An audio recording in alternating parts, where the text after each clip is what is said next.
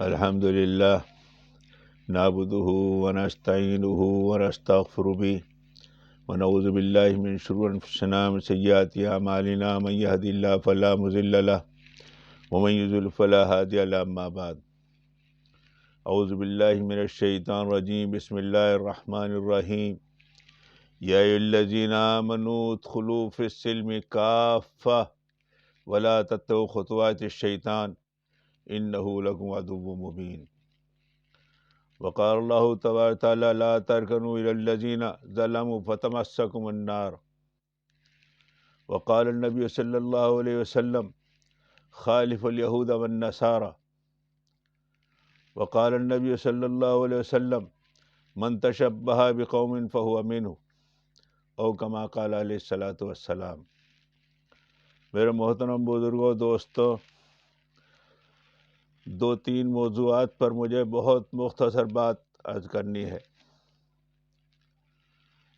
ہر قوم ملت کے سال کے کچھ دن جشن و مسرت منانے کے مقرر کیے جاتے ہیں، جنہیں عرف عام میں تہوار کہا جاتا ہے.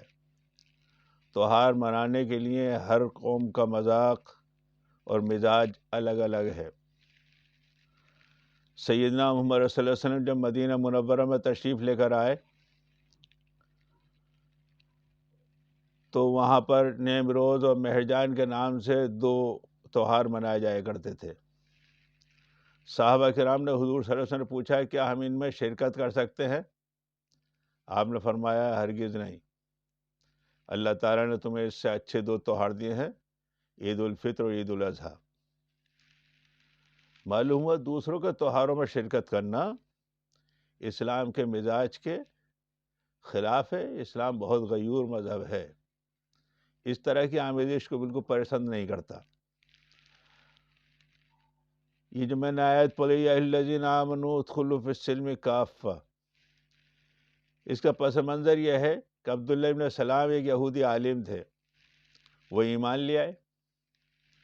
ایمان لانے کے بعد یہودیوں کے اندر ہفتے کا روز جو تھا وہ بہت مقدس دن مانا جایا کرتا تھا، بہت اس دن کی تعظیم کی جاتی تھی، اور اس دن اونٹ کا گوشت نہیں کھایا جایا کرتا تھا. عبداللہ ابن سلام نے یہ سوچا کہ اسلام میں اس دن اونٹ کا گوشت کھانا کوئی فرض تو ہے نہیں. اگر ہم اونٹ کا اعتقاد تو یہ رکھیں اس کا حلال ہونے کا، لیکن اگر اونٹ کا گوشت نہ کھائیں تو کیا حرج ہے؟ اور اس دن کی بے تعظیمی تو شریعت میں ہے نہیں، شریعت محمدی میں.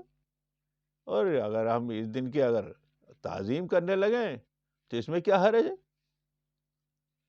یہ دو باتیں بظاہر اسلام سے اس طرح نہیں ٹکرا رہی تھیں، لیکن یہ بات شریعت کو منظور نہیں ہوئی اور قرآن نازل ہو یا الذین آمنوا ادخلوا فی السلم کافہ، اے ایمان والو اسلام میں پورے داخل ہو جاؤ. ولا تتبعوا خطوات الشیطان، اور شیطان کے نقش قدم پر مت چلو. انہ لکم عدو مبین، وہ تمہارا کھلا ہوا دشمن ہے. معلوم ہوا اسلام میں آدھا تیدر آدھا بٹیر نہیں چلے گا. اس کی جتنی بھی چیزیں ہیں، عبادات کے طریقے ہوں، اخلاقیات کے ہوں، معاشیات کے ہوں، آپ نے ایک مرتبہ اسلام قبول کر لیا، اب آپ کو عبادت کا طریقہ ہندو مذہب سے لینے کی ضرورت نہیں ہے، اخلاقیات کے طریقے سے بدھ مذہب سے لینے کی ضرورت نہیں ہے، معاشیات کے قاعدے کارل مارکس سے سیکھنے کی ضرورت نہیں ہے. اسلام میں پورے داخل ہو جاؤ. تمام کے تمام معاشیات ہے، عبادات ہے، اخلاقیات ہے، معاملات ہے، جو کچھ بھی ہے وہ اسلام کے اندر ہے. اسلام اس بات کو برداشت نہیں کرتا کہ آدھے آپ ٹیٹر رہے ہیں، آدھے بٹیر رہے ہیں، یہ بھی صحیح اور وہ بھی صحیح. نہ، یہ صحیح نہیں ہے. ہمارے جد محترم مولانا منظور نواز صاحب فرمایا کرتے تھے کہ میں نے خود سنا جواہر لال نہرو کو جھنڈے والے پارک میں تقریر کرتے ہوئے کہ میں ہندو نہیں ہوں، میں ہندو نہیں ہوں، میں ہندو نہیں ہوں، اور اپنے آپ بیتی میں لکھ بھی گئے میں ہندو نہیں ہوں. اس کے باوجود وہ ہندو، ان کا کاریہ کرم ہندوؤں کی طرح کیا گیا. ایک مسلمان ایک مرتبہ یہ کہہ دے کہ میں مسلمان نہیں ہوں، اسی وقت بیوی نکاح سے نکل جائے گی، مسلمانوں کے قبرستان میں اسے جگہ نہیں ملے گی. اس سے معلوم ہوا کہ کسی بھی قسم میں اس طرح کی شرکت کرنا اسلام کے مزاج کے خلاف ہے. بہت سے لوگ کرسمس کے موقع پر اس میں شرکت کرتے ہیں ایمان والے ہونے کے باوجود، وہ اپنے ایمان کو ان صورتوں کے ہاتھ میں جانچے کہ حضور صلی اللہ علیہ وسلم نے اس طرح دوسروں کے معاملات میں شرکت کو منع کیا۔ یہ دوسرے قوموں میں تہوار منائے جاتے ہیں، کسی کی پیدائش کا دن ہے، ابھی کرسمس ہے، عیسیٰ علیہ السلام کی پیدائش کا دن کہا جاتا ہے، حالانکہ تاریخی اعتبار سے صحیح نہیں ہے، لیکن اس طرح دن منانے پہلے شروع میں بڑا اچھا لوگوں کا نظریہ ہوتا ہے اسے منانے کا۔ یہ تھا کہ پادری لوگ شروع میں کلیسا کے اندر عیسیٰ علیہ السلام کی اچھی اچھی تعلیمات کا ذکر کیا کرتے تھے، لیکن رفتے رفتے جب یہ مشرکوں کے ملکوں میں گیا یہ مذہب، تو وہاں کی بہت سی رسومات آ گئیں۔ میری ہیزلٹائن جو ماہر مصنفہ ہے کرسمس کی، انسائکلوپیڈیا برٹانیکا میں لکھتی ہے، شروع میں کرسمس کا تہوار ایک نہایت مقدس تھا، رفتے رفتے گورے اعظم اول کی بے اعتدالیوں کی وجہ سے اور ان کی آزاد خیالی کی وجہ سے اس کے اندر بہت سی چیزیں پیدا ہوتی گئیں، اور رفتے رفتے آج جو ہے موسیقی کرسمس کا ایک عظیم جز بن گیا ہے۔ مقالہ نگار آگے لکھتی ہے، گانا بجانا، کھیل کود، رقص و ناز، ناٹک بازی اور پریوں کے تقریبات اس کا جزو اعظم بن گئے، اور آج ہم اور آپ دیکھتے ہیں 25 دسمبر سے لے کر 1 جنوری تک، نئے سال کی خوشی تک، سمندری پیچوں پہ جتنی شراب پی جاتی ہے پورے سال میں اتنی شراب نہیں پی جاتی، جتنی عیاشیاں اور بے حیاں اور بے غیرتیاں وہاں پر کی جاتی ہیں اتنی پورے سال میں کبھی نہیں کی جاتی۔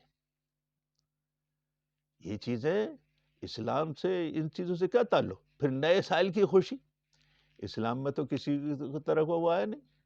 دوسری بات، مسلمانوں کو تو سال محرم سے شروع ہوتا ہے، اس میں کوئی اس طرح کی چیز نہیں رہی کہ آپ نئے سال کی مبارکباد دیں۔ پھر مبارکباد سے اس سے کیا تعلق بھائی؟ اس سے کیا تعلق؟ معلوم ہو رہا ہماری زندگی کا 1 سال کم ہو گیا، مبارک ہو آپ کی زندگی کا 1 سال کم ہو گیا، مبارکباد دے رہا نئے سال کی خوشی کا۔ کیا مطلب ہے بھائی اس کا؟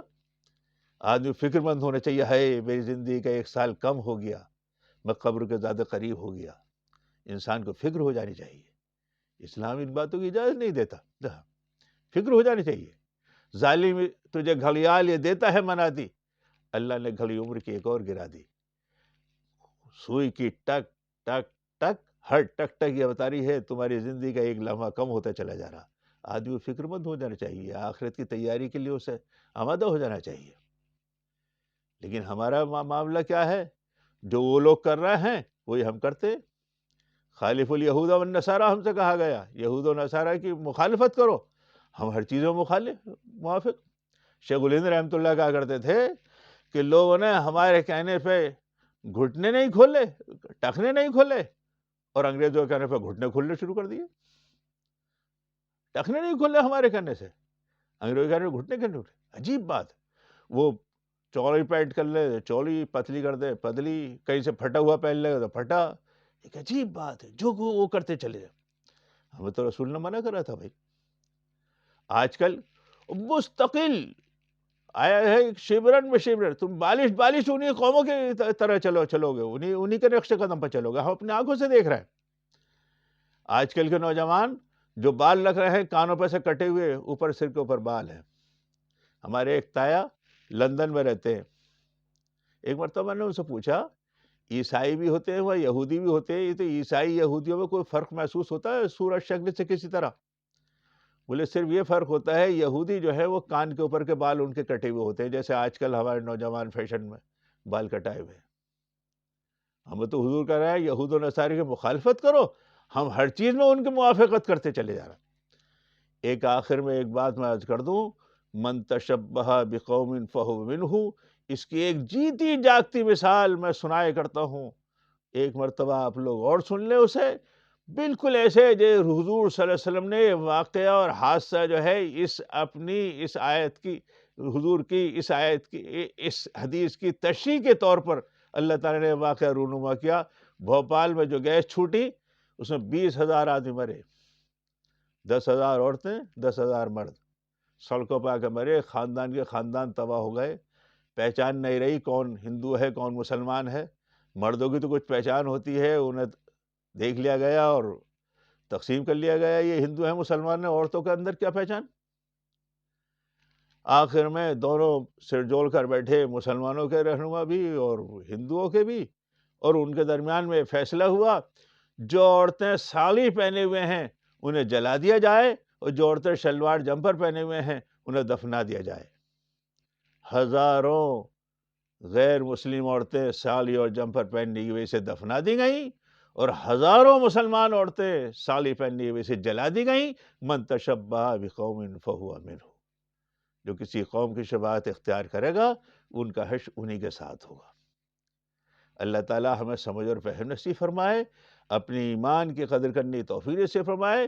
ہمارے تہوار ہمارے اپنے ہیں، ہمارے طریقے اپنے ہیں کہ دوسرے کے ساتھ ہم اس کے ساتھ نہیں چل سکتے۔ فرمایا لا ترکنوا للذین ظلموا فتمسکم النار، سنو ذرا بھی رجحان تمہارا ادھر کو نہیں ہو چاہیے، ذرا بھی جھکاؤ تمہارا کفر و ظلم کی طرف کو نہیں ہو چاہیے، سمجھ لو تمہیں آگ پکڑ لے گی۔